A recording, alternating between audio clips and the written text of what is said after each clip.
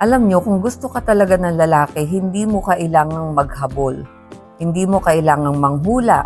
Hindi mo kailangan tanungin ang sarili mo kung interesado siya sa'yo or kung busy lang ba siya talaga or hindi lang talaga siya seryoso sa'yo or tatanungin mo pa nga yung sarili mo, pinapahalagahan kaya niya ako? Importante kaya ako sa kanya? Or simpleng-simple, may gusto kaya siya sa akin?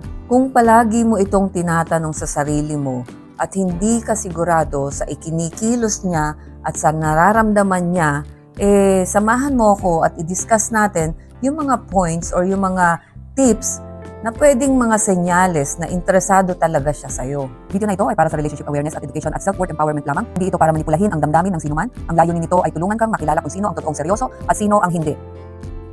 Ayan, welcome back sa aking channel. Ako po muli si Lorelly, ang inyong Ate Lors. Ayan, sa video na ito ay tatalakayin natin or pag-uusapan natin ng kung ano-ano talaga yung malinaw na ginagawa ng mga lalaki, yung talagang totoong interesado sa'yo. Hindi ito tungkol sa basta na lang sinabi or salita-salita lang na interesado ako sa'yo. Siyempre dapat makikita mo yan sa action, sa consistency, at siyempre sa effort. Okay? Sa video na ito ay matutulungan kang i-analyze natin or makilala kung sino talagang ang seryoso sa'yo at sino ang nagsasayang lang ng oras mo. Yung sinasayang lang yung oras mo, hindi naman pala interesado sa'yo.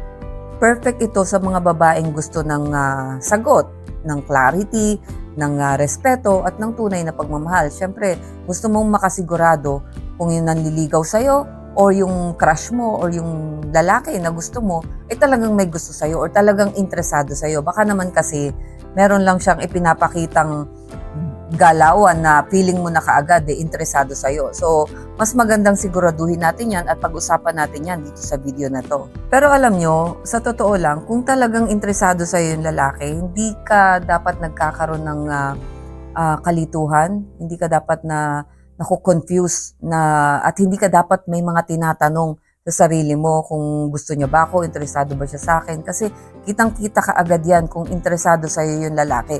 Yan base sa psychology, sa mga pag-aaral nila at sa mga observation sa human behavior. Talagang pag may gusto sa'yo, ikaw mismong babae, wala ka nang itatanong sa sarili mo na interesado kaya siya sa akin. Kasi kapag may doubt na ganun, hindi buo yung nakikita mo or nararamdaman mo na interesado sa iyo yung lalaki. Pero mas maganda nga linawin natin yan, pag-usapan natin yan kung ano ang malinaw na ginagawa ng lalaking talagang interesado sa iyo.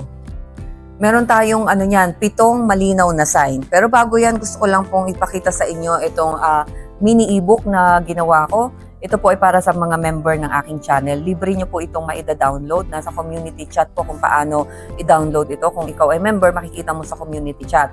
Ito po ay tungkol dun sa kung paano mo ikikip ang relationship mo ng alive. Kaya ang title nito, Maglandi Ka. Kung naalala nyo, itong video na to, meron po akong, sa mga kauna-unahan ko pang video, umabot na po ng almost 200,000 ng view as of the moment. Kaya ko po naisipan gawan ng handbook. Ito ay magandang tips para sa mga magde-date pa lang hanggang sa mag-asawa na. Yung, ang number 1 natin, ito yung hindi kanya pinag-iisip kung talagang gusto ka niya. Yun nga sabi ko kanina, kasi kung talagang interesado sa yung lalaki, wala kang doubt, wala kang question. So number 1 yan, hindi kanya pinag-iisip kung talagang gusto ka niya kasi hindi siya pabago-bago, diba? Hindi siya paasa. Hindi rin siya nagbibigay sa'yo ng mixed signals. Malinaw kung ano talaga yung intention niya sa'yo, consistent siya sa ginagawa niya para sa'yo, at ramdam na ramdam mo yung presence niya. Lalong-lalo na kapag kailangan mo siya. Kasi ang lalaki kapag may gusto sa'yo, hindi ka pinahuhula, hindi ka pinag-iisip. Okay, yung number 2 natin, may effort siya, hindi lang salita. Natural, dapat may effort, lalo na kung nanliligaw pa lang yan sa'yo. Or kahit kayo na, or kahit mag-asawa na kayo. So dapat may effort yan, hindi lang puro salita na, I miss you, or miss na kita, or sasabihin sa'yo, busy lang ako, or next time na lang, yung mga ganong mga salita, di ba? Kapag interesado kasi talaga sa'yo yung lalaki, gumagawa yan ng paraan. If there's a will, there's a way. Naglalaan yan ng oras sa'yo. Nag-i-initiate yan ng pagkikita nyo, ng date nyo, di ba? Inaayos niya ang schedule niya para sa'yo. Okay? Nag-a-adjust siya para sa'yo, yung schedule niya, di ba? Ang katotohanan nga niyan, sa psychology, meron ngang kasabihan na effort is the loudest form of interest. Okay, yung number 3 natin, ginagawan ka niya ng space sa buhay niya. Siyempre, meron kang space sa kanyang mundo. Hindi ka lang sideline at hindi ka lang din option, di ba? Kapag interesado talaga sa iyo yung lalaki, sinasama ka niya sa mundo niya, pinapakilala ka niya sa pamilya niya, pinapakilala ka niya sa kaibigan niya, open ang plano niya for you and for him in the future. Talagang nagpaplano siya para sa future niyo, hindi yung halimbawa magsasabi lang siya ng plano, palaging tungkol lang sa kanya. Kapag nakita mo ang plano, isang sign na yon na palagi kang kasama sa future, talagang interesado sa iyo yung lalaki. Tapos, syempre yun nga, hindi ka tinatago. Diba? Kasi kung may puwang ka talaga sa buhay niya, interesado talaga siya sa iyo kasi inilalagay ka niya sa mundo niya. Ayan, yung number 4 natin, hindi ka niya hinahayaang magduda sa sarili mo. Yung ikaw, magdududa ka sa sarili mo kasi kapag ang lalaki ay talagang interesado sa'yo, hindi ka niyan mamaliitin. Hindi ka mamaliitin yan. O ibig sabihin, hindi ka ida-down, hindi ka ginagawang insecure, or hindi ka kinukumpara sa iba. Especially dun sa mga ex nila. So, hindi ka kino-compare. Walang comparison. Tapos, hindi ka mina-mind games. Diba? Sa halip, pinapalakas niya yung loob mo, pinapalakas niya yung confidence mo sa pamamagitan ng support niya at saka yung mga sinasabi niya sa'yo. Hindi ka niya, binibigyan ka niya ng lakas ng loob. Hindi ka niya pinahihina ang loob, di ba? Kasi ang totoong tao or lalaki na may malasakit or may care para sa isang babae, hindi niyan sisirain yung self-worth mo.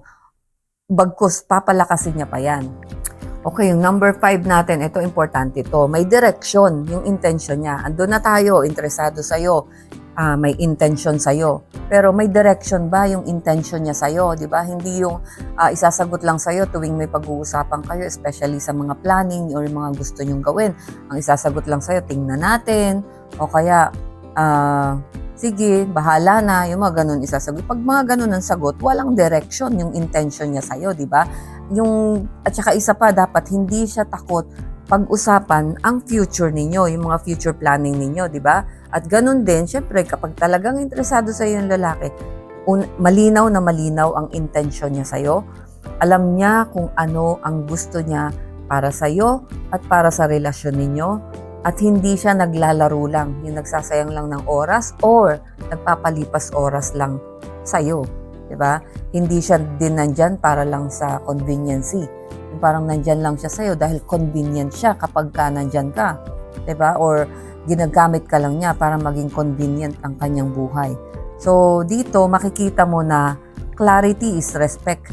Kailangan talaga malinaw. Pag malinaw ang lahat, nandyan yan, may respeto sa'yo yung lalaki. Okay, yung number 5 natin, dapat marunong mag-invest sa'yo yung lalaki. Ito isang magandang sign to na talagang seryoso yung lalaki sa'yo. Hindi lang pera. Sabihin na natin, sige, nag-i-invest siya sa ganyan kasi di ba kapag nanliligaw pa yan, siya ang gumagastos sa panonood yun ng sine, sa pagde-date ninyo.